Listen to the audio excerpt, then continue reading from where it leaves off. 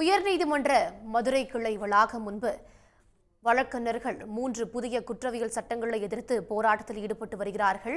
இந்நிலையில் அங்கு வழக்கறிஞர்கள் போலீசாரிடையே தள்ளுமுள்ளு ஏற்பட்டிருக்கிறது. இது பற்றிய தகவல்களை வழங்குவதற்காக செய்தியாளர் ரஃபீக் ராஜா இணைகிறார். ரஃபீக், விவரங்கள். நிச்சயமாக ஒன்றிய அரசு ஜூலை 1ஆம் தேதி முதல் 3 புதிய குற்றவியல் சட்டங்களை நடைமுறைப்படுத்தியுள்ளது. இந்த குற்றவியல் நடைமுறை சட்டத்தின்படி தற்போது இந்தியா முழுவதும் காவல் நிலையங்களில் வழக்கு பதிவு செய்யப்பட்டு வருகிறது.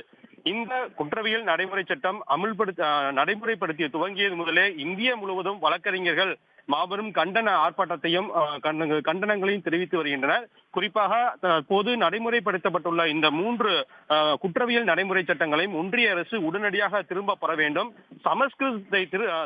சமஸ்கிருத மொழியை திணிக்கும் வகையில் இதற்கு சமஸ்கிருத மொழியில் பெயர் வைக்கப்பட்டுள்ளது. அது மட்டுமல்லாமல் ஆங்கிலேயர் காலத்தில் இருந்த கடுமையான சட்டங்களை மீண்டும் ஒன்றிய அரசு அமுல்படுத்தியுள்ளது. இதன் மூலம் காவல்துறையினுடைய கட்டுப்பாட்டில் ஆட்சி அதிகாரங்கள் செல்லக்கூடிய வழிவகை செய்யும் என்பதால் இந்த 3 குற்றவியல் சட்டங்களையும் உடனடியாக திரும்ப பெற வேண்டும் என்று வழக்கறிஞர்கள் தொடர்ந்து போராட்டம் நடத்தப்பட்டு வருகிறது.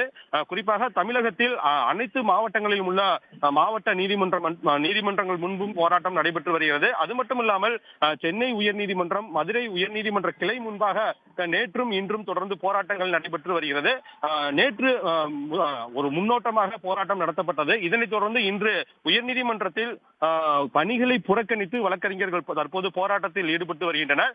இந்த போராட்டத்திற்காக வழக்கறிஞர்கள் சங்கம் சார்பாக உயர்நீதிமன்ற கிளை முன்பாக அனுமதி கோரப்பட்டிருந்தது. அதற்கு காவல்துறையினர் அனுமதி மறுத்ததை தொடர்ந்து தற்போது திருச்சி மதுரை நெடுஞ்சாலையில் தற்போது வழக்கறிஞர்கள் சாலை மறித்து போராட்டத்தில் ஈடுபட்டு வருகின்றனர். இதனால் காவல்துறையினருக்கும் வழக்கறிஞருக்கும் இடையே வாக்குவாதங்கள், சில தள்ளுமுள்ளுகள் ஏற்பட்டு தொடங்கியுள்ளன.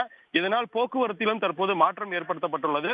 இது மட்டுமல்லாமல் தொடர்ந்து, அதாவது ஒன்றிய அரசு இந்த 3 சட்டங்களையும் திரும்ப பெறாவிட்டால் தொடர்ந்து தங்களது எதிர்ப்பை தெரிவித்து நீதிமன்ற பணி புறக்கணிப்பிலும் ஈடுபட்டு தொடர்ந்து ஒன்றிய அரசுக்கு எதிரான போராட்டங்களை நடத்துவோம் என்று வழக்கறிஞர் சங்கங்கள் தற்போது தெரிவித்துள்ளன. இது மட்டுமல்லாமல் தற்போது உயர்நீதிமன்றம் உள்ளேயே சென்று தற்போது மதுரை வழக்கறிஞர்கள் தங்களது கண்டன கோஷங்களை எழுப்பி போராட்டத்தில் ஈடுபட்டு வருகின்றனர்.